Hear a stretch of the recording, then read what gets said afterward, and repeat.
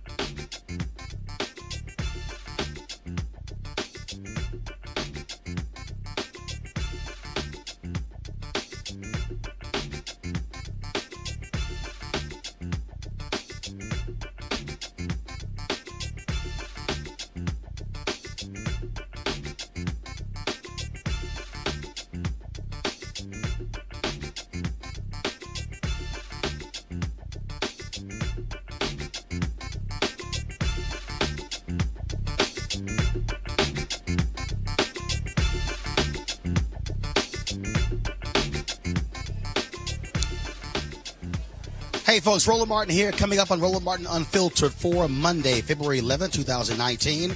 I'm broadcasting live from Susan Taylor's National Cares Mentoring Project Gala. Coming up on today's show, Virginia Governor Ralph Northam is trying to dig himself out of the scandal over blackface and Klan photos on his medical school yearbook page. He gave an interview yesterday with CBS's Gayle King where he talked about indentured servants. Really? Also, two stunning polls out of Virginia. 58% of African Americans want Northam to stay on, while 34% of Americans and 50% of Republicans say it's okay to wear blackface on Halloween. What the hell? Also, Katy Perry gets in on the blackface fashion. She's now getting condemned for a pair of shoes dealing with the issue of blackface. Also, we'll talk about Virginia Lieutenant Governor Justin Fairfax. He, of course, was giving a couple of interviews, making it clear that he absolutely is not going to resign, further calling for an investigation. He's also losing a couple of staff members as a result of him being accused of sexual assault. Plus, Democrats there are backing off of impeachment. We'll explain to you that as well. A short sentence handed out to the cop who killed Laquan McDonald is being challenged by the Illinois Attorney General. Kwame Raoul will explain those details. Also, wait to see this video. A Broward County, Florida sheriff caught on tape harassing a black father and calling him boy. Again, more crazy cops. And when cops take your money or your car, if they just suspect you of a drug crime, that's called civil asset forfeiture. An investigative report from South Carolina says it impacts black men more than any other group. We'll talk to the reporter who broke the story. Also, Ida B. Wells becomes the first black woman to have a major street named after her in Chicago. It certainly is time. And speaking of that, it's time to bring the funk on Roland Martin Unfiltered. Let's go. He's got it. Whatever the biz, he's on it. Whatever it is, he's got the scoop, the fact, the fine. And when it breaks, he's right on time and it's rolling. Best believe he's knowing. Putting it down from sports to news to politics. With entertainment just for kicks, he's rolling. Yeah.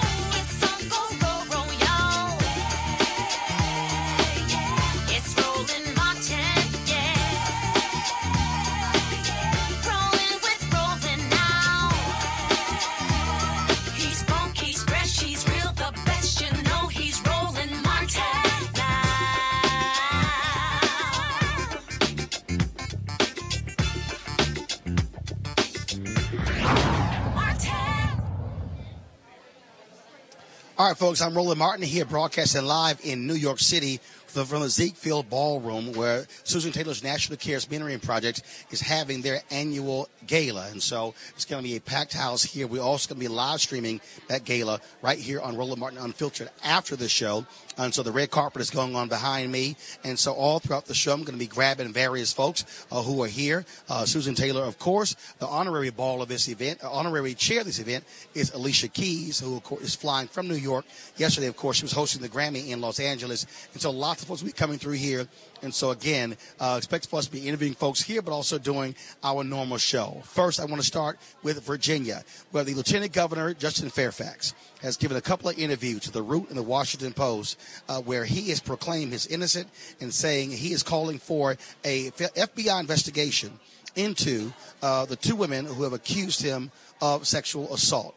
Last week, we had one professor who accused him of forcing her to have oral sex in 2004 at the Democratic National Convention. And the second assault dropped on Friday, where a woman who attended Duke University with him saying he raped her while he was on campus. Now, Fairfax has denied all of these allegations, and he has made it perfectly clear that he is not going to resign, and he wants there to be an investigation. Now, no one has stepped up when it comes to the issue of the investigation. Who will actually lead that? We also saw last week where Democrats there were going to move forward on impeachment of Justin Fairfax. Well, they have backed off on that as of today. And so Virginia continues to be in turmoil, not only with Lieutenant Governor Justin Fairfax, but also Governor Ralph Northam and his whole issue with blackface as well. It's just pure craziness happening in Virginia. So I'm going to deal with Northam in just a second. But right now, I want to talk about Justin Fairfax and what's going to happen with him with my panel. And first off, Dr. Avis Jones-DeWeaver, leadership strategist and also author of the book, How Exceptional Black Women Lead. She's also a resident of Virginia. Michael Brown, former vice chair of the DNC Finance Committee. Eugene Craig, CEO, Eugene Craig Organization. Avis, I want to start with you. I had you on the Tom Joyner Morning Show this morning, and you were pretty emphatic where you said that you believe that Fairfax should not resign.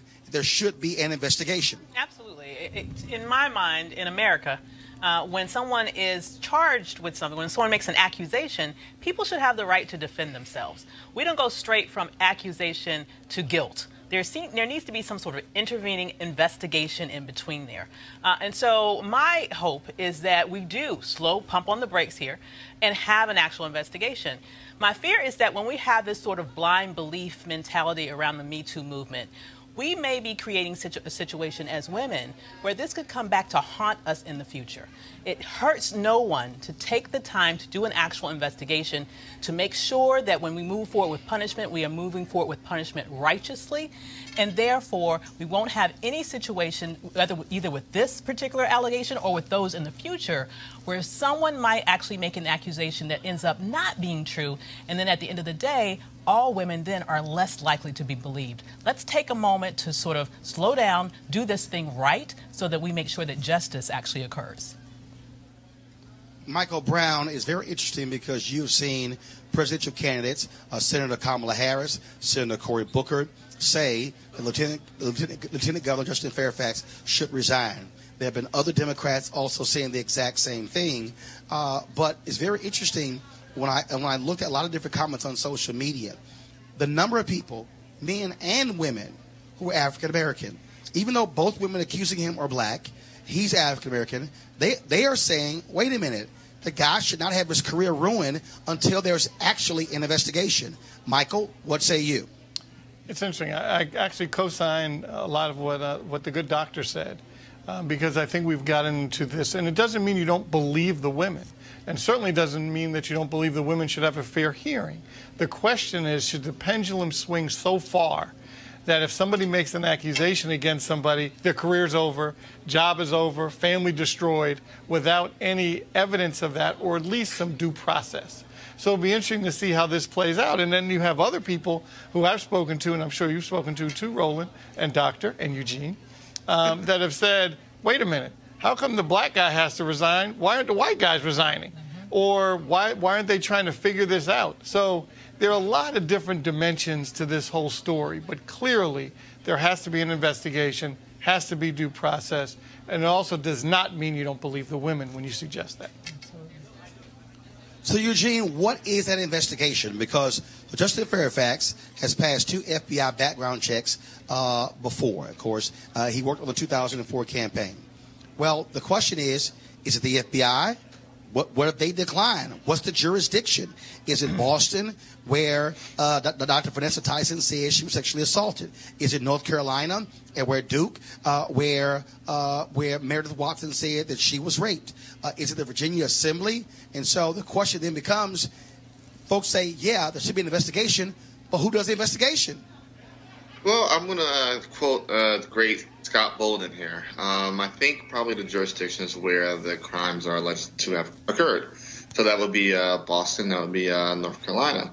But, I have to agree with Michael and Davis here. You have to have due process. Part of the women getting justice, if this did happen, is actually having an investigation and giving Justin Fairfax's due process rights of actually thoroughly looking at this, looking at all the facts, looking at all the contemporaneous evidence, all the possible witness statements, which I think is, somewhat interesting that the ladies aren't calling for an investigation themselves. They aren't, asking for charges to be filed. They aren't asking for authorities to step in and rectify this and provide them with justice. They're asking for his resignation, which I think, does speak volumes to the situation. Well, and they would speak to that because in the case of Meredith Watson, apparently what her lawyers did, they sent their letter to Justin Fairfax's lawyers saying he should resign by 3 p.m. or sometime in the afternoon, or we're going public. Absolutely. And in that letter, she says, I'm not seeking money. I don't want to talk about this. I don't want to go public. And so that's raised a lot of questions that if you're bringing this out, you say that a man raped you, and you're saying, all I want you is to resign. That sort of struck people as sort of odd. Exactly. Do you want justice because you were raped? Or do you just want him to resign? And if that is your only barometer of success in terms of what you're looking to achieve, exactly why is that? And I also find that at the end of both letters, actually, they both ended with the statement that was tantamount to, well, this is all we have to say on the matter, which to me is analogous to saying, don't ask me any questions, don't expect me to say anything about this. And now that we have sort of ramped up to this particular stage where there was at least a threat of impeachment, once again, similarly, they both came out and said that we would testify at an impeachment hearing. But, when you have impeachment hearings, particularly at the House level, just the impeachment process, that does not require you to be under oath, okay? Yep. And it does not require any other sort of factors to be brought in to make sure, frankly, that people are telling the truth. It's just an opportunity for you to make a statement. And so the level of veracity that they're putting behind these charges, to me, falls below what we've seen in other examples. So, for example, if you just quickly compare this to Dr. Blasey Ford, who came out against Kavanaugh, here's what she did. She wanted an investigation. From the very beginning, she was calling for an FBI investigation. She came to the table already with corroborating evidence in terms of the notes with her therapist that she had told for years prior to Kavanaugh even being considered for the Supreme Court. She also came forward with a polygraph test that she took voluntarily, which she passed. And interestingly, Kavanaugh didn't want to take a polygraph test. And as I said, the entire time she was pushing for an investigation. That's what people protested for. Let me tell you, that's what I got arrested for, an investigation of those charges. And so I find it very interesting that the only ask here with these two alleged victims is impeachment. How do we move towards, how is that justice, rather than searching for the truth and getting it out in the open? I just don't get that. It just seems like an interesting end game. If I am the one that's aggrieved, I want everyone to know all the facts, and then I want him to be punished beyond just losing his job. Roland, Michael, look, it's first of all, Michael, look, it's public knowledge that look, you had to deal with the issue of a bribery scandal in Washington D.C. Serving time in federal prison. FBI came knocking on your door. The reality is, when the FBI comes knocking on your door in any investigation, you can't lie to them, because if you lie to them, then That's also a federal crime. If they're knocking on your door, you're in enough trouble. Best thing to do is not lie anymore. So yeah, you're absolutely right. And that's what makes this, first of all, the whole thing is a mess. And with the lieutenant governor, he is obviously saying he did not do it. He's denying it. Then we've talked about the due process. And then you have the attorney general and the governor that have both admitted doing some racist acts, which is the blackface, and they're being held to a whole different standard. So the whole thing is just a mess. Right. There's a double standard, triple standard. It's just, it's unfortunate. Eugene, go ahead. Final comment. The thing is this, if the investigation happens, well, two things. First is that them demanding that he do something by a particular time, or they're going to release something, could be almost tantamount to blackmail, if not, some form of extortion. Secondly, if there actually is an investigation, part of the investigation will be the victims, the alleged victims here, being cross-examined, having their stories thoroughly looked at, beyond just a press release put out by the law firms representing them. And that's why, I think it is really telling that they don't want to speak on the matter any more beyond a well-crafted lawyerly statement. Because the thing is this, they aren't asking for justice, they're asking for his head, like his office. All right, let's talk about Governor Ralph Northam. Yesterday, he talked to CBS's Gayle King about his blackface scandal, the only sit-down interview that he has done, and he left folks scratching their heads after this. What have you learned that you didn't know before? Well, several things, starting with I was born in white privilege, and that has implications to it, and it is much different the way a white person such as myself is treated in this country. Did you not know that you were born into white privilege? I knew I was, Ms. King, but I didn't realize really the powerful implications of that. And again, talking to a lot of friends, that has come crystal clear to me this week. I've also learned why the use of blackface is so offensive. And yes, I knew it in the past, but reality has really set in. But Governor, it's hard for people listening to you, an educated man at the age of 59, to say that you're just learning about the history of it. You didn't know the history and know that it was offensive before? Well, I think we're all on a learning curve, and certainly, Ms. King, I am not the same person now at age 59 that I was back in my early 20s. But your early 20s was 1984, not 1964. That's right. Here, as I sit as a 59-year-old man governing the Commonwealth of Virginia, this is really an opportunity, I believe, to make awareness of this issue, to really have a frank dialogue and discussion about race and equity in this country. And, if you look at Virginia's history, we're now at the 400-year anniversary.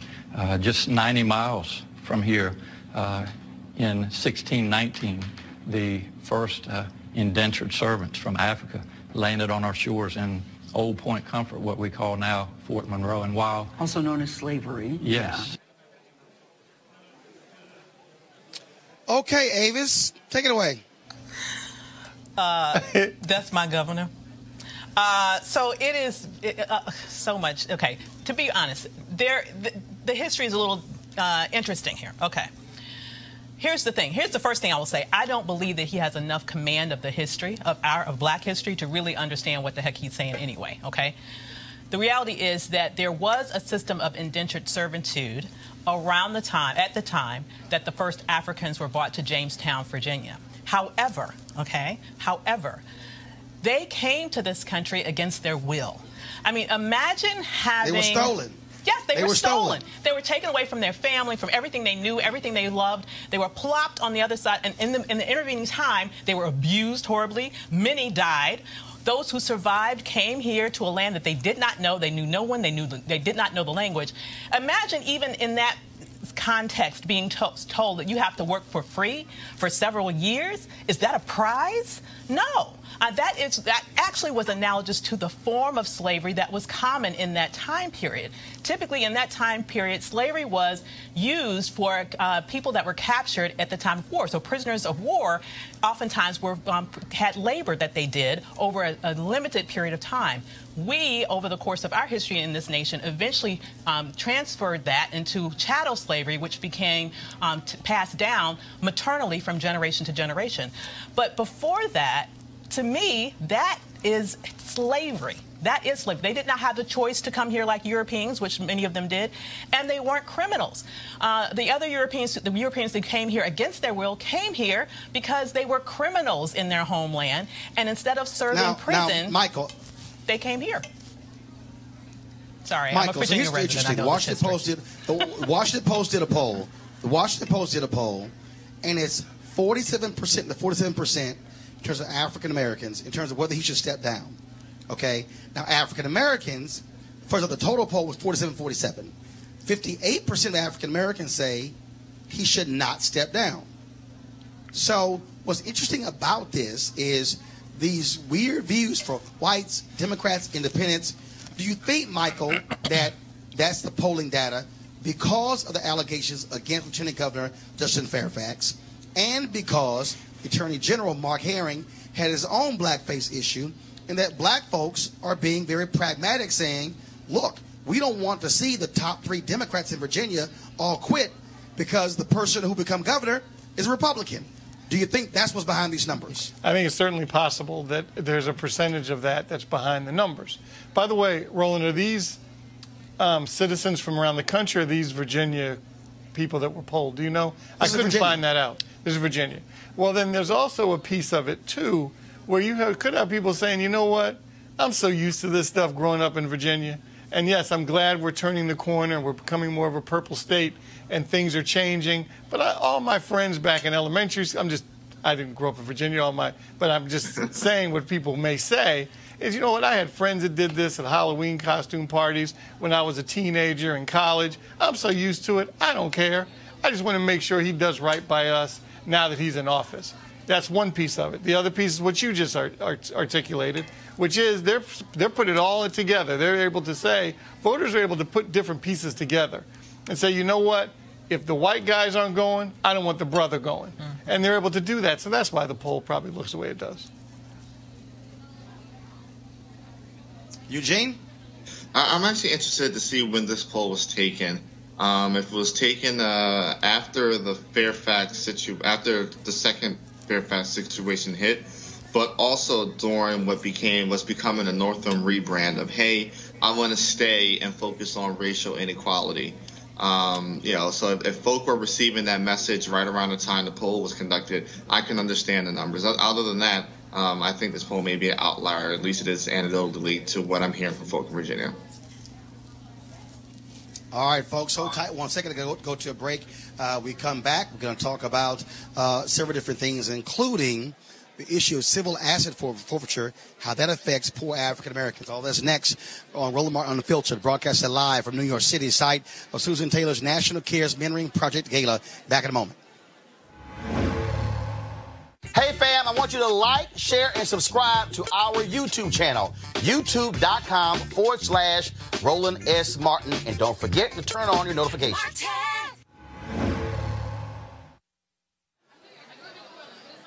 All right, folks, now a message from one of our partners. Are you desperate for a good night's sleep? Well, then listen up. Studies show lack of sleep causes stress, irritability, weight gain, and even death. But you already know how bad it is when you don't get enough sleep, don't you? You've tried sleeping pills with their annoying and potentially dangerous side effects. Always a problem. Maybe you wasted money on the latest miracle pillow that promises a good night's sleep. Have those worked? No.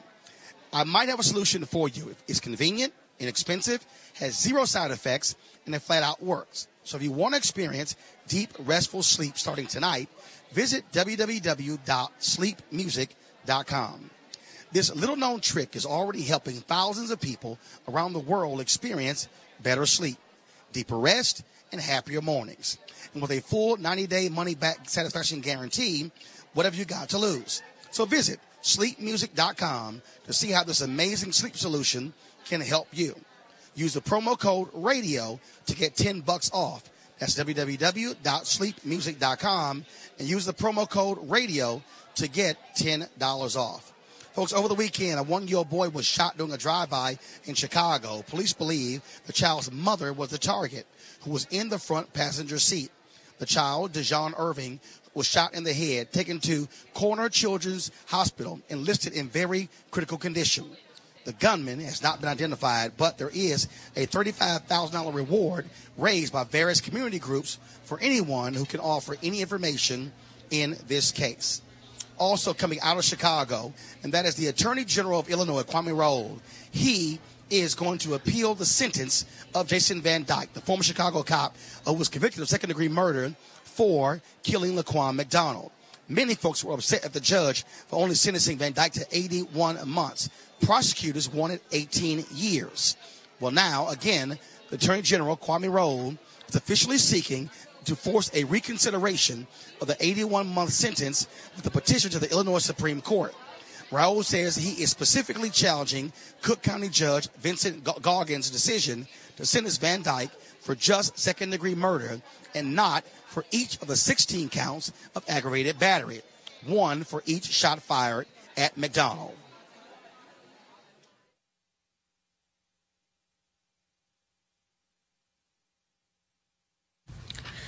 Specifically, this petition asks the Illinois Supreme Court to decide whether or not the trial court judge acted improperly by determining that Van Dyke's sentence based on his second-degree murder conviction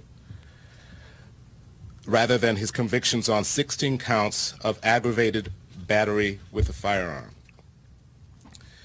We are also asking the court to decide whether the judge was incorrect when he stated during the sentencing that 16 aggravated battery counts merge into a single act for the purposes of sentencing, rather than sentencing Van Dyke on each one of the 16 counts. Our petition argues that if the Supreme Court orders a new sentencing hearing, it should also order the trial judge to follow precedent by imposing sentence on all 16 counts, and then determine whether one or more sentences must be consecutive. We will certainly keep you updated on what happens in that case. Now let's go to Florida, where Alan Floyd of the Broward County, Florida, was holding his infant son after the woman watching the boy was arrested. Then Broward County Sheriff Deputy James Katy comes along and begins to harass Floyd with foul and demeaning language. Watch the body cam footage, which took place on July 25th, 2017. Get your ID for me, bro. 38, the boyfriend's back to the grandmother. They are separated. Because if I'm going to hand that child to you, whether that picture or not, I want to see the ID. I want to see your ID. Okay, listen. Okay, fine. I'm going to take her to jail because she got a warrant, okay? And I'm going to call child services on this kid. Don't quit with me, boy. Why are you yelling? You hearing me? Get your ID now. ID. Now. Get your ass back in the car. I'm tired of playing games with you. Get me some ID. Now. Why you being so hostile? Because you give me I'm tired of it. Give me some ID. I came in to try to be helpful. I ain't got loud. You ain't being it. Give me some ID. Now. For what? I want to know who this baby going with. Now. Going with me, Alan Floyd. No. Give me your ID. My name is Alan Floyd. You can look me up. My name is Alan Floyd. If you lie to me one time, I'm taking your ass to jail. You understand me? Baby, man. Come on. Stop calling me boy, man. What you doing? I'm gonna fuck I just told him my name. I just told him my name. Get the baby. Why you grabbing the baby, man? You fucking doing man. Shut up. I ain't doing nothing. You're gonna go, man. I ain't doing nothing. You listen. Get your drunk ass over there. Let me put it out of here. Come on, move, man. You gonna understand me? You gonna communicate? Yeah. Why you doing that to me, man? Look at my son. He got a problem. You did it. I didn't. You asked my name. I gave my name. You sound like You said my name. I'm gonna be in trouble. I said it's my name. What did I ask you the first time? Give me your ID. My name is Alan Floyd, sir. We gonna go the hard way. Let's do No, it. it's not the hard way. It's the sensible way. We can communicate like No. men. I have to give you ID. You said I don't have to give you my ID. No, I did not say that. I said You what did. for? I told you 3 times. Well, I never said I wasn't giving you my ID, no nothing. I never said I wasn't telling you my name. I asked you what for. Get in the car. This is it. Everybody do what you do. Just chill. I've been another unit. It's gonna get nasty real quick, bro. Come over here and talk to me, man. Get her under control first. Get her under control. Thank you. You just moved me over here. Thank you. Sit down in the car. Chill. Get down in the car. Get in the car. Get in the car, man. Okay, grab your baby. Grab your baby to a cop crying. You gonna talk to me like a man, you come over and talk to me. Now, folks, Floyd wasn't under investigation. Broward County Public Defender Howard Finkelstein reached out to newly appointed Broward Sheriff Gregory Toney, an African-American, and asked for an investigation of Deputy Katy's actions. Sheriff Toney has opened an investigation. Now, in Florida, when you say your name, as Alan Floyd did, you have legally provided identification. Deputy Katy has a history of making false arrests. I want to go to Michael Brown. Michael, look. This is the stuff that we see over and over and over again. Officers are supposed to de-escalate a situation, not escalate. That's exactly what this guy did. Yeah, I don't know if it's as simple as the lack of training of our police officers, or are some of these things just so systemic, both in them and in the departments, that this is just what they do. Either way, clearly it's wrong. It's disgusting. And it's just a shame that this happens in America in 2019. But clearly something has to be fixed, whether it's some kind of punishment, some kind of remedy, not just in this case, but a much more global thought processes about how our police officers deal with people that don't look like them. Eugene, again, if it wasn't for the body camera footage, this cop could have said the guy attacked me, cursed me out. We saw and heard saw with our own eyes, heard with our own ears, the arrogance of this deputy sheriff. Yeah, I think the arrogance, this deputy sheriff makes, there are a lot of good cops, there are a lot of bad cops, but this deputy sheriff makes a lot of the good cops look bad because they can't tell the difference sometimes because the situation is just like this. One, thank God there was body cam footage because that cop could have said anything. First and foremost, he was ignorant of the law himself. The second the gentleman gave him his name, every cop, every officer these days has a computer that's Wi-Fi linked to a system where they can look up anybody, any tag, any name, and could have very well just done that. Driver license information would have popped right up. But what this officer did was he, decided to flex his badge and flex his muscle, and decided to, extremely escalate the situation and took what could have been a minor brush fire and threw a whole tanker of gas on it.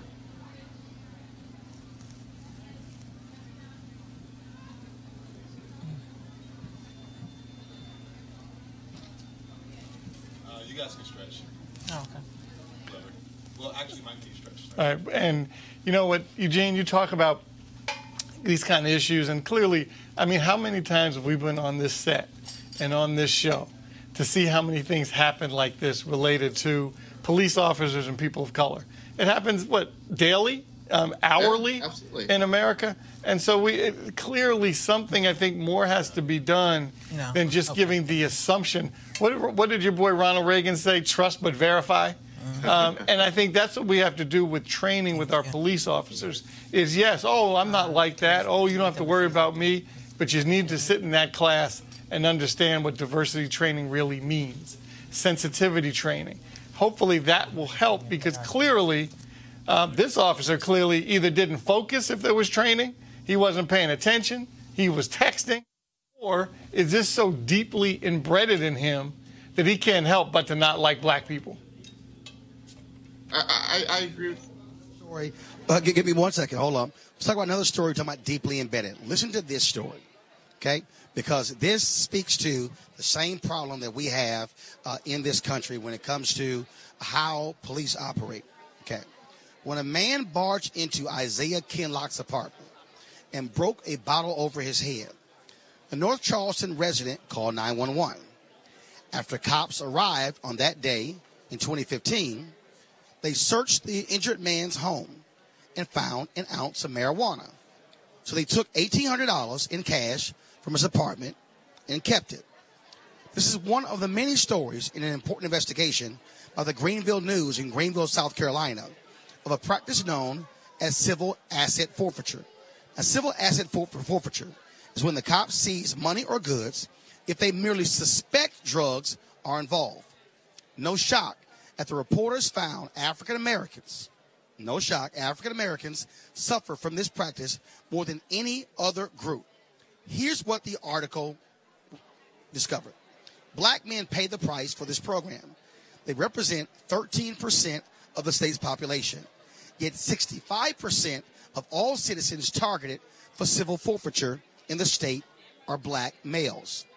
If you are white, you are twice as likely to get your money back than if you're black.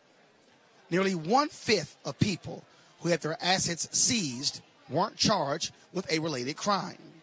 Roughly the same number, nearly 800 people, were charged with a crime but not convicted. That means around 40% of the people whose cash or possessions were seized were not convicted of a crime. One of the reporters who broke this story is Mike Ellis, investigative reporter for the Greenville News. Mike joins us right now. Mike, I got to tell you, we've seen this story all across the country. We've seen other examples of civil asset forfeiture. You even have folks like the Koch brothers who are against this. Libertarians are against this. But to see this there in Greenville, was it shocking to you and editors when you saw the real numbers? Hi, I think I might have cut off there a little bit. All right, thank you. Mike, are you there? Yeah, I'm here. Okay, go right ahead. So was it shocking to you to see those numbers and how black men were mostly impacted by civil asset forfeiture? I think when we talked to a lot of experts, we talked to a lot of people about this, common response was shocked but not shocked. What we had found has been discussed a lot before. This isn't coming out of left field, but what we were able to do is go through an entire state, 3 years worth of data. There's been a lot of excellent reporting on civil forfeiture. A lot of it is focused on the federal side or on regional sides, such as in Philadelphia. But nobody, as far as we've been able to tell, as far as experts have told us, has looked at state-by-state data. So I think go back to the surprised but not surprised. Having this data in front of us helps us to tell you exactly what we found in South Carolina, which was, as you said, black men are bearing the brunt of this civil forfeiture in the state to a significant degree. So, Mike, are state legislators saying anything? Are they saying, let's look at the laws to protect citizens as opposed to police departments in a sense like happened in other places around the country where they literally would have a laundry list of items they wanted and they eventually got it through civil asset forfeiture? Yeah, we've actually heard some great results from legislators. A lot of them have previously tried and failed to get anything passed. But this year, we're headed down on Wednesday to our state capitol. A group of bipartisan legislators are introducing a bill that would make South Carolina, in their words, the gold standard of civil forfeitures. In many ways, it would model after New Mexico's laws, which would require a conviction. In South Carolina and many other states right now, police can take items on the side of the road for suspicion of a crime. It doesn't have to be a conviction. One of our important findings was about 1 in 5 civil forfeiture cases in our state and are associated with no criminal charges whatsoever. Another almost 1 in 5 have no convictions whatsoever. So that's an awful lot of cases that are not gone through the judicial system, and the police are still able to seize and keep the property in most of these cases. All right, Mike, we surely appreciate, man, your reporting. Thank you so very much for joining us. Thank you. Appreciate it. I want to go to my panel here. I'm going to start with you, Eugene. This is an issue that we have seen Democrats and Republicans and Libertarians on the same side. And what's also amazing, though, is that, you have many folks who support law enforcement. They got no problem with cops doing civil asset forfeiture. I remember when Donald Trump met with this group of sheriffs, they said, oh, we need this. And you're going, wait a minute, you're taking the property, you're taking money, cars, other items of people, many who never, ever even get charged. That is grotesque in this country. Yeah, it's crazy. So actually, civil asset forfeiture in Maryland, 2 years ago, the Maryland General Assembly actually passed a bill that Governor Hogan signed, curbing civil asset forfeiture. Had the support of Freedom Works, had the support of groups on the left, and I believe now that Maryland, you have to have a conviction to have your assets seized. But for a lot of departments around the country, it helps them pad their budgets. It helps them get things that they ordinarily wouldn't have. I mean, there's like one infamous case where they had seized a margarita mixer and threw it in their break room. And, a department, I forget where it was, but it's been a plague on communities of color, many poor communities. They have your money stolen, have your money taken, have your car impounded, all on suspicion and never being charged with a crime. Michael? It's exactly right, and clearly it's all stereotypical because the reason that these forfeitures occur is because there's an assumption that the money or the products gained by the money is drug money or somehow solicited in some bad way. So if you're a person of color and you have $1,800 in your apartment in cash, or you have a nice car, they're going to take that and seize it, and they're assuming that once you get to court and once you get to trial, that you're going to get convicted for some kind of drug offense, and they'll be able to keep the money and now justify them taking it. And that's what's so a shame about what's going on today in America. Avis, this is how poor people are essentially ripped off by police departments and targeted for their resources. Absolutely. I don't even call it asset seizure. I call it theft, because that's exactly what this is. And I don't even give them as much, sort of leeway as Michael is so kindly giving them.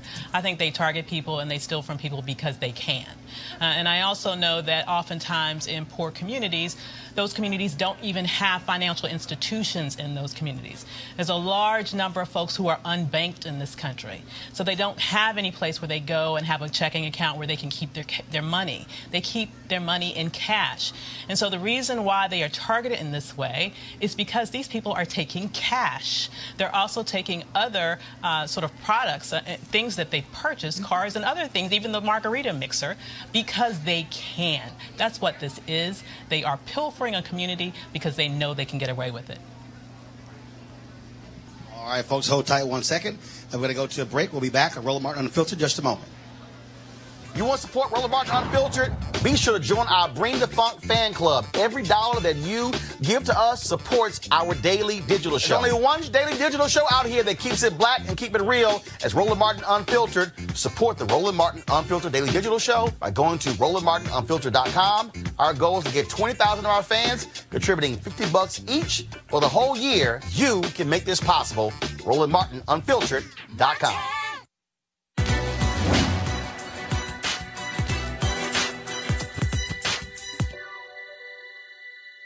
I felt so tall within, I felt the power of a nation within me. Abolitionist and women's rights advocate, Sojourner Truth.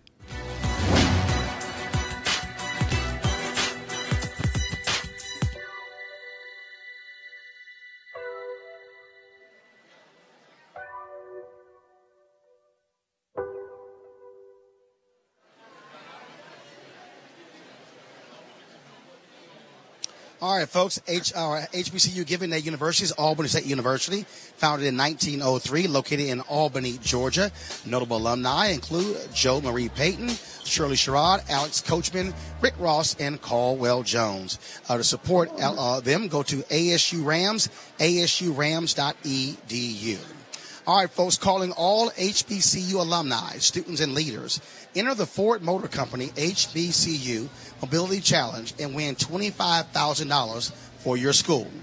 Building on their long-term support of HBCUs, Ford is looking to improve mobility in HBCU communities through innovative solutions.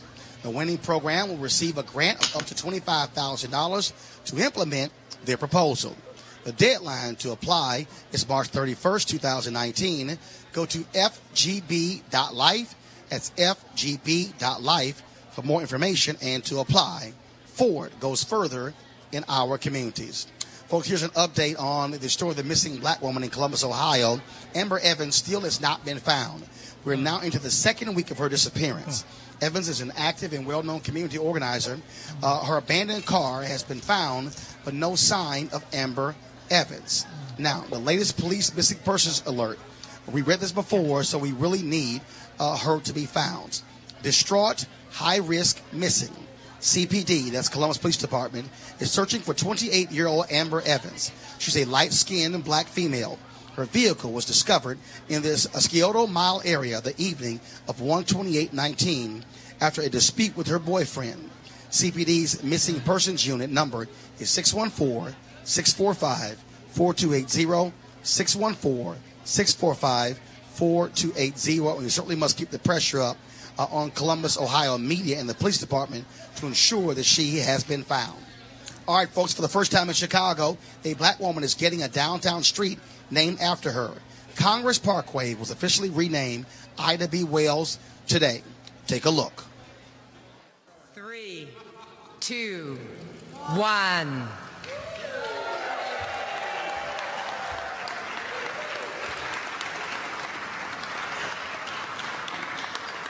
So I have to admit, I was feeling some kind of way when I saw that sign outside today. I also thought we were going to go outside and do this, which is why I brought boots and stuff. But y'all, it's been an amazing morning. I'm sure that the alderman would like to make a few final words, but time's up. Now, Wells' great-granddaughter, Michelle Duster, led the charge to get the street named after the activist and journalist who dedicated her career to civil rights and eventually settled in Chicago. This is just the first step in honoring Wells in Chicago.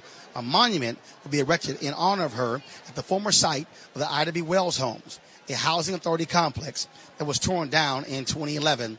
And I, of course, was happy to be one of the folks who actually gave to erect that monument. All right, folks, as I said, I'm here in New York City at Susan B. Taylor's National Cares Mentoring Project. This is, of course, the fourth year they've had this gala to raise funds for her National Cares Mentoring movement. So there are a lot of people who are here. And joining me right now, of course, is someone very familiar with our show, Reverend Jesse Jackson Sr. So always good to see you, sir. Good to see you, Roland. Absolutely. So first and foremost, let's talk about, one, I got to get your thoughts on the craziness happening in Virginia. One concern that I have there is that while all the focus on a guy with blackface 35 years ago and ignore Senator Highsmith from Mississippi who said she was still in the front row of a lynching. What's the threshold? The governor of Florida referred to Gillum as monkey business. The governor of Georgia stole the election from Stacey Abrams. And so it seems that we cannot narrow the focus, our lenses, just on Virginia. And what they did was abhorrent. Unfortunately, racism is not illegal. Therefore, they'll be able to keep their positions. Also, Lieutenant Governor Justin Fairfax says there should be an investigation. He is not going to resign. Do you believe that is fair? Serious charges leveled against him. He says there should be due process. Well, you cannot suspend due process. One thing I learned during the Johnny Cochran, O.J. trial, one day you can be persuaded one direction, next day another. So we need to, if they can wait 10 to 18 years, the Senate can wait for due process. Due process should not be suspended, and investigation is warranted. And that way you respect all people involved. And so let's talk about this event. How important is it what Susan Taylor has done, creating this national movement to mentor black kids all across America? The opposite, you have Trump locking up children in cages in Texas, and she mentoring children in New York. This is the morally correct thing to do. All right. Always good to see you. Wall Street Party is coming up soon? February 20th through 22nd. Maxine Waters speaking, and Congressman Greg Meeks, and about 30 caucus members will be there, and Roland Martin. All right. I appreciate it, Doc. Good seeing you. Thanks a bunch. All right, then. And so I'm going to pull over here. Reverend Al Sharpton over here. Okay, excuse me 1 second. She's coming across. Okay, I'm actually live right now. So you just see Marcia Dyson just jump on up in here. Good to see you as well. Yes. So let me do my thing. Let me go to work. Now get on out of here. Let's come over here. Reverend Sharpton. Yes, grab him. Grab Sharpton. All right, so this is what happens when you're live.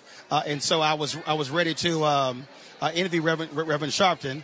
And so in just a second. And so we're going to talk to him. And so we're going to pull him over in just a second. And also we'll be...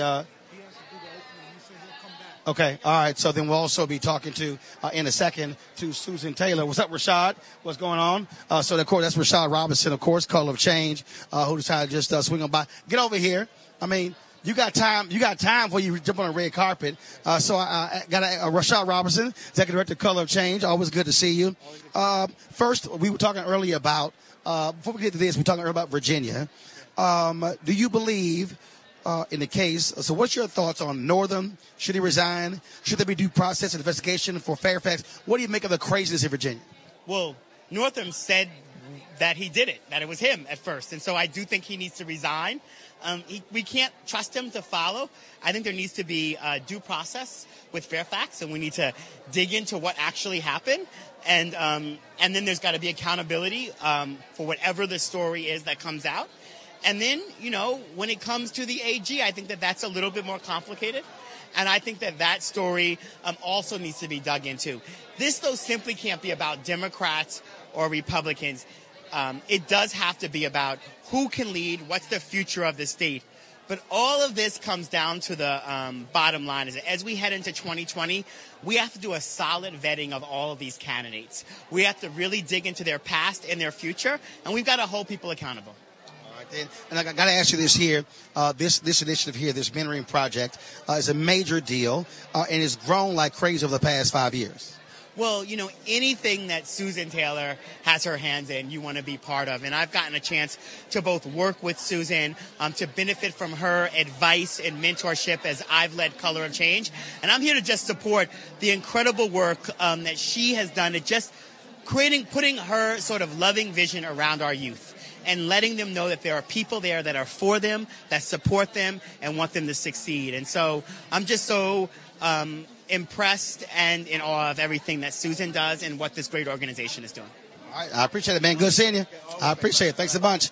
All right, speaking of Susan Taylor, she's right here. Recently turned, I love these people who just, 1 second, just walk across the camera. They ain't work. And so Susan Taylor, y'all, just turned 73 a couple of weeks ago. And so, as you know, black don't crack. And so we're going to chat with her in a second. Queen, what's happening? Wow, it's happening tonight. I'm so excited. It's a sellout evening. We're going to raise a lot of money. And we're here for our children. This is the joy that we can dress up, we can be fly, fabulous, and do the critical work of restoring the village, rebuilding our own lives and the lives of our people who are struggling. This is now how old? This is the fourth annual. Fourth gala, but the project is older than that. Oh, the movement is really 14 years old. Started right after Katrina devastated New Orleans, and I said to the Essence family, we just can't go back to New Orleans and have a party. It always had a purpose, but we have to deepen the purpose because our children are suffering. And so we asked people all throughout the country to go back to their respective cities and to mentor children. And here we are now, with 58 cities across the country and our volunteer army who you saw probably on the red carpet. And just what we need to do is really open more hearts and have more people care about poverty.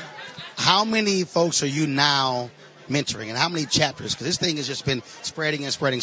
It's been pretty amazing. We have really mentored over 250,000 young people. Well, let me say that again. We have mentored over 200,000 young people, and we've recruited more than 250,000 mentors. That's the opposite. Let me go again. We've recruited over 250,000 mentors. We recruit mentors, we train them, and then we deploy them. Able, stable, middle-class people, we train them, Roland, so they don't look down on people in poverty who may speak differently, who may not have the clothes we have, and just to open people's hearts so that we're compassionate. And we have touched the lives of over 250,000 young people. And when you talk about, again, how you've done it, you've been very strategic, and the training is a big part of it. When I think back to Dorothy Cotton, SCLC. When I think back to many of those organizations, you had to be trained before you went out into the field. And that's something that's often lost on a lot of organizations. That's right. We have a protocol. We have a philosophy. We have a framework that was created by 60 Brain Trust members, people whose names we all know, from Naeem Akbar to Jesse Jackson, Harry Belafonte, people who gathered over a couple of weeks and over years and put together 10 pillars that we believe that if African American people really adhered to and imbued those principles and lived them, we would heal ourselves and our children. Last question. You just had a birthday. I did, 73. I'm proud of it. That's right. It was always good to be here. We had, of course, be here to broadcast, and it was important to be here as well, so always good to see you. Thank you, Roland. I love you. So I hope you enjoy the night. You know it. I know. I will. All right. I'll enjoy watching you. Watch it. I appreciate it. Susan Taylor, thanks a lot, folks.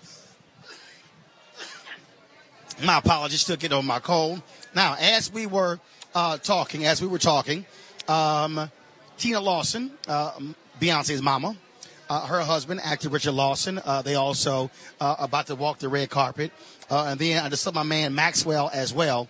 And so we're going to try to grab them before we go off. So we've got about 7 more minutes of the show before we go off. Now, here's the other thing that's happening. So they're also live streaming this event all across to different sites. And so we also going to tap into that live stream as well. So we'll be streaming this on Roland Martin Unfiltered as well. So we're looking forward to doing that as well.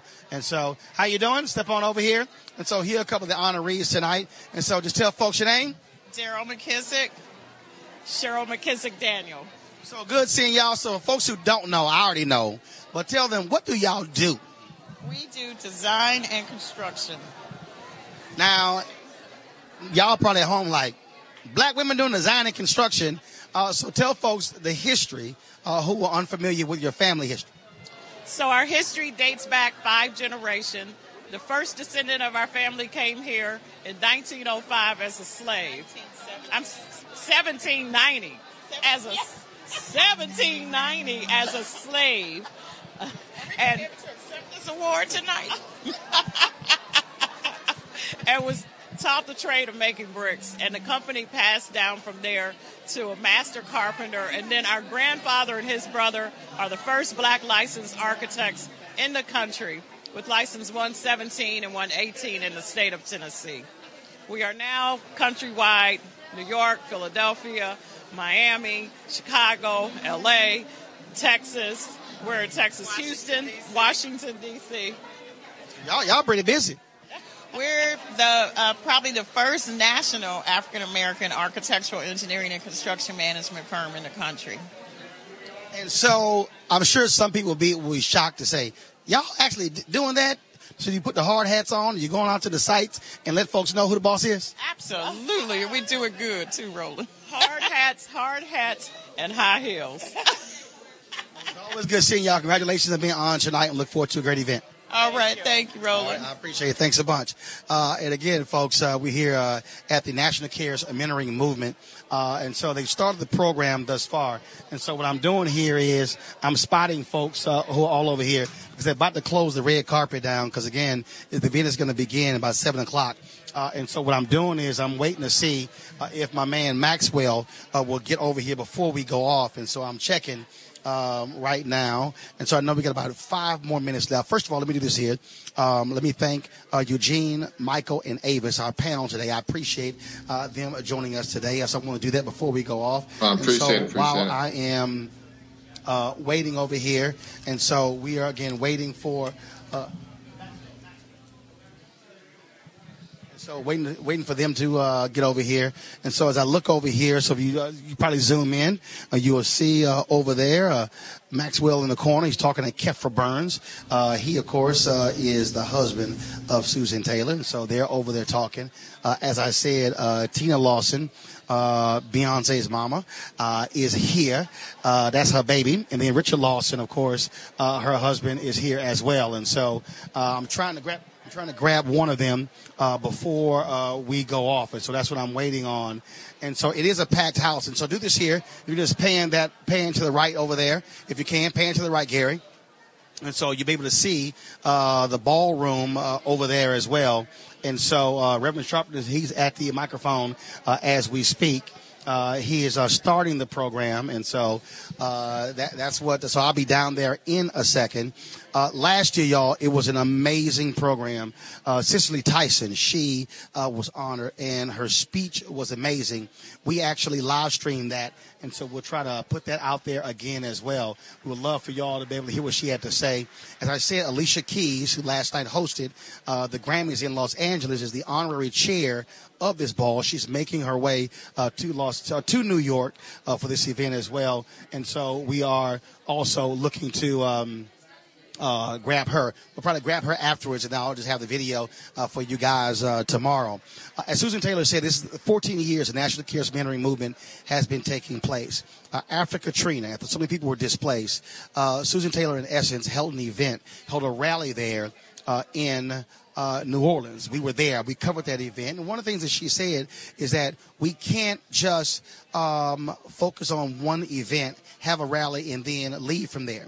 And what she said is it was after that rally, she said we have to do something and realize that so many of our children need to be mentored, need to have someone who is helping them and advising them. And so the stories, folks, have been truly amazing. The stories of many of the young folks who've actually come through this movement, who've actually been mentored by many of these folks. And so this really is important. If you go to Twitter, if you go to their Facebook page, you go to their website, National Cares Mentoring Project, you can sign up. 250,000 mentors all across the country who have come through this program and been trained. And the young folks who they have touched has been truly, truly amazing. And so what we are doing is really, sorry, Doc. What we're doing is, I love he just walk in front of a camera like I'm not standing here. And so what we're doing is supporting them. And so Susan asked me to come. She said, got to have you here. 3 years ago, I did the auction where we raised a bunch of money for them as well. And so that was always great and important. And so what I'm doing here, again, is I'm waiting for so folks have got Richard and they've got Maxwell hemmed up. And so I'm trying to grab one of those guys to get over here before we go off. And so we can shut this off because it's 6:59. So we're going to almost done. And so I'm going to see if my handlers over there can grab one of them before we go. And so that's what I'm waiting on as we speak. And so I got him, but pull him. Don't tell them I got to go to Maxwell now. See, part of the deal, you got other folks who are doing interviews over there right now, but we're not going to wait. So we're still going to get them in a second. And again, I do want to grab Max before we go off because he's a huge supporter of it. Last year, he's a huge supporter of this. Last year also, Jesse Smollett was here as well. So a lot of folks, a lot of entertainers have really been helping out Susan and the various mentors with this particular project all across the country. And so we appreciate all that they do. And so, and this is called For the Love of Our Children Gala. So do this, folks, also. So you want to follow this on Twitter, on Facebook. The hashtag is CaresGala19. Hashtag CaresGala19. And so that is the hashtag. And so you can follow everything over here. And so my man Maxwell is coming over here. And so I told y'all we were going to get him. And so I got to get him real quick before we Superstar.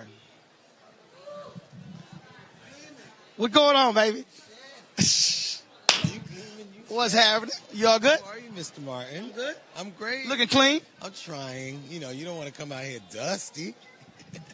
I mean, you got to put your cocoa butter on. You know, it is. You ain't got no sense. Not the cocoa butter. Well, you know, Vaseline, okay. Shea butter.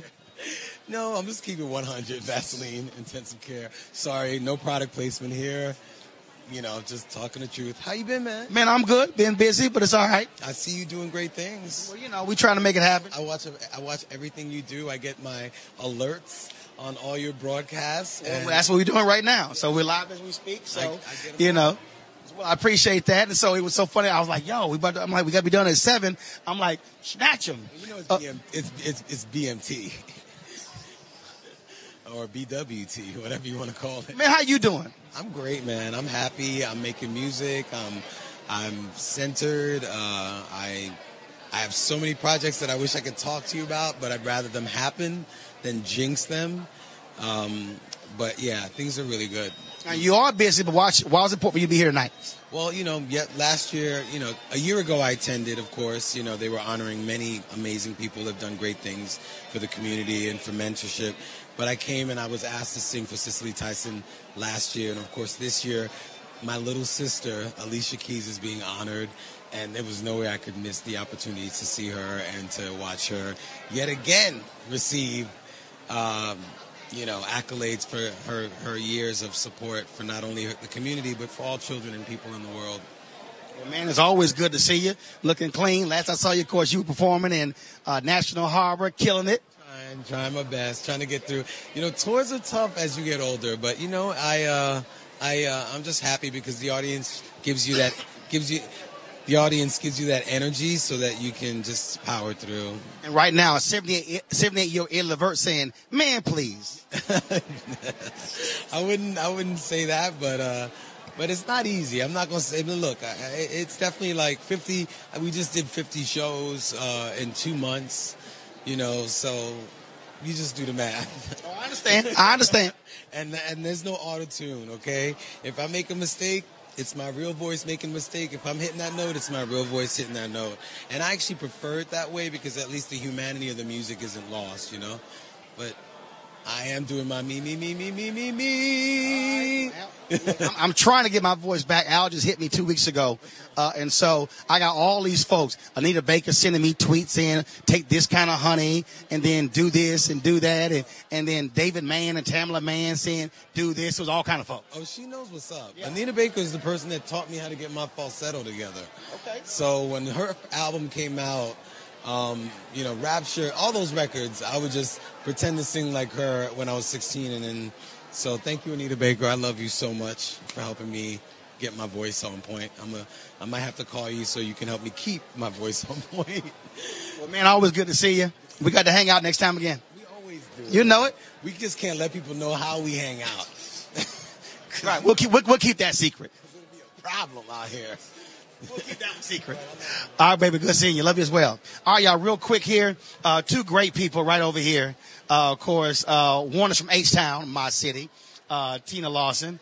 And, of course, you know, her husband as well, the great actor. How y'all doing? Good. How you doing, H-Town? Good seeing you. What's up, sir? How are you? I'm good. Good seeing both of y'all. How y'all doing? You too. We're great. I saw y'all roll through, and I said, look, we got to grab them before we go off the air.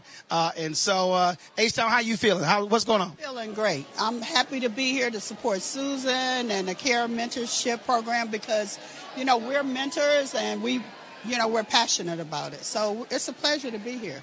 You to our building and check us out. Just invite a brother. I'm good.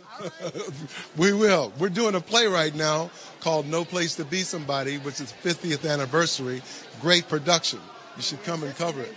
Okay. Now where's the play? It's going on now. It started this past weekend. Which city? In LA. Los Angeles. Waco Theater Center in Los Angeles. Now, you know about mentoring because you've been training actors and mentoring folks as well. How important is that for someone who can sort of show you the ropes and say, let me lead you down a path? Every single person in this building was mentored by somebody, whether good or bad, whether it was a great influence or whether it was an improper influence. And so, therefore, it's important for us who have been fortunate enough to have a good life or to learn something to be able to pass that on. We can't keep it unless we give it away. And so our whole mission is to give away what we've shared in the life that we've had. And mentoring for you started at home with your children. That's right. Well, mentoring started for me with someone who took me to see Alvin Ailey at 14, and it changed my life. And actually, my kids wouldn't be here without that person because it got me out of my small little world. Absolutely. Yeah. Well, I'll tell you what, I've been enjoying your Instagram page with all of your behind-the-scenes story. Okay, I only had 24 hours to make this dress, and this is how I made this. I've been cracking up laughing at those stories because it's the stuff nobody knows about. Yeah, and it's all true. Well, it's good seeing both of y'all, and so we'll definitely make it out. Yes, sir. I appreciate it. All right, y'all take care. Good seeing you. All right, folks, again, that's Tina Lawson and, of course, Richard Lawson. All right, folks, I got to wrap this thing up. Don't forget, this is what Roland Martin Unfiltered does. There's no other show that does this. No other show focused on our community that's actually broadcasting live from events like this here and also live streaming these events, which is why we need you to support what we do. I need you to go to RolandMartinUnfiltered.com. join our Bring the Funk fan club. You can use Cash App. You can use PayPal. You can use Square as well. We need your dollars and your contributions for us to do more of these events. You just heard Reverend Jackson. He wants me to be at his Wall Street project, wants to be able to live stream those proceedings, those sessions, those panel discussions, those keynotes. And so this is why I created this show. Not just to say, oh, we got a show, let's talk about the issues. But for us to be able to go on the road, to be able to cover events where we are at that no one else is doing. Yeah, you got some media here, but those are people who are taking photos, who've done some interviews. Nobody else is actually live streaming their shows from here and also the event. So when we finish this live stream, we're going to throw the switch. We're going to then pick up the live stream of the actual event here, the National Cares Mentoring Gala. You heard Maxwell talk about performing last year. We had that stream. You also heard Cicely Tyson as well. And so we want you to support Roland Martin Unfiltered to make this possible. I'm back in the studio tomorrow, but on Thursday, we're going to be actually broadcasting live from Charlotte, North Carolina, NBA All-Star Game. I'll be there as well. And Friday, folks, a powerful, powerful interview with Chuck D, one of the founders of Public Enemy. You do not want to miss this conversation. The interview last week with Ali Sadiq, y'all loved it. Chuck D dropped it. I'm telling y'all, it's going to be amazing. So we're going to have that interview for you this Friday. Nobody else is doing what we're doing. All right, folks, I got to go. And so y'all take care. And so you have a good one. Holla.